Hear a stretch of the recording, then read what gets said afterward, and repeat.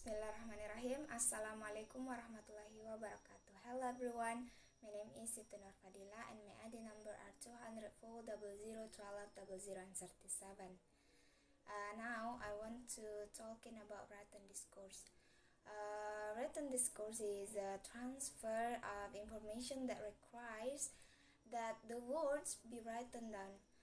Written discourse, when speaking of literatures, lends itself toward the use of genre, which is a specific subject matter and the structure of language used to give purpose to the writing.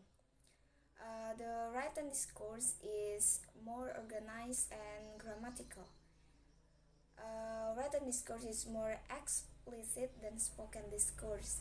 It is because in written discourse, a writer have to create the understandable text directly. There are two facts in written discourse. The first one is input fact. Input fact is about the reader. If they have difficulties to understand the meaning of what they are read, the problem is themselves. They have to increase their knowledge of vocabulary and grammar. The second one is output fact. Output fact is about the writer.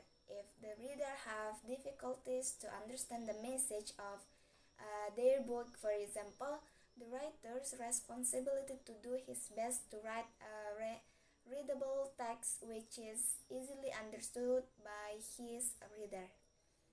In 2016, Always carries out a discourse analysis of several written texts to shed light on how the implication of cohesion and coherence principle have a reader and the writers.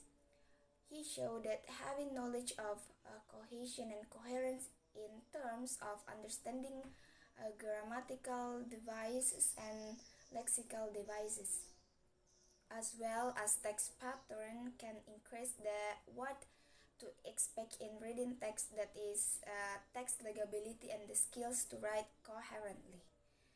He furthermore recommends to use of cohesion devices and text pattern in teaching written text of English. Cohesion refers to the way in which a text is tied together by linguistic devices, such as grammar and vocabulary, to set up a well-constructed relation of meaning within text. Cohesion is the process.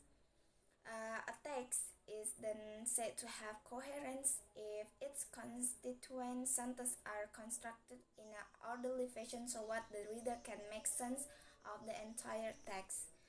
Grammatical cohesion consists of four types. First one is reference, substitution, ellipse, and then conjunction.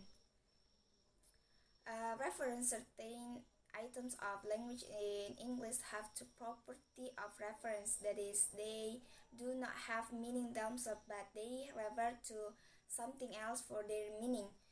Substitution is the replacement of the item by another, and ellipsis is the omission of them. If speaker wish to avoid repeating a word, they can use substitution or ellipse.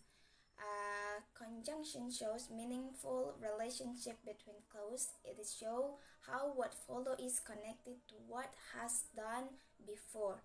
And ellipsis is about substitution by zero. I think that's all. Thank you so much, and wassalamualaikum warahmatullahi wabarakatuh.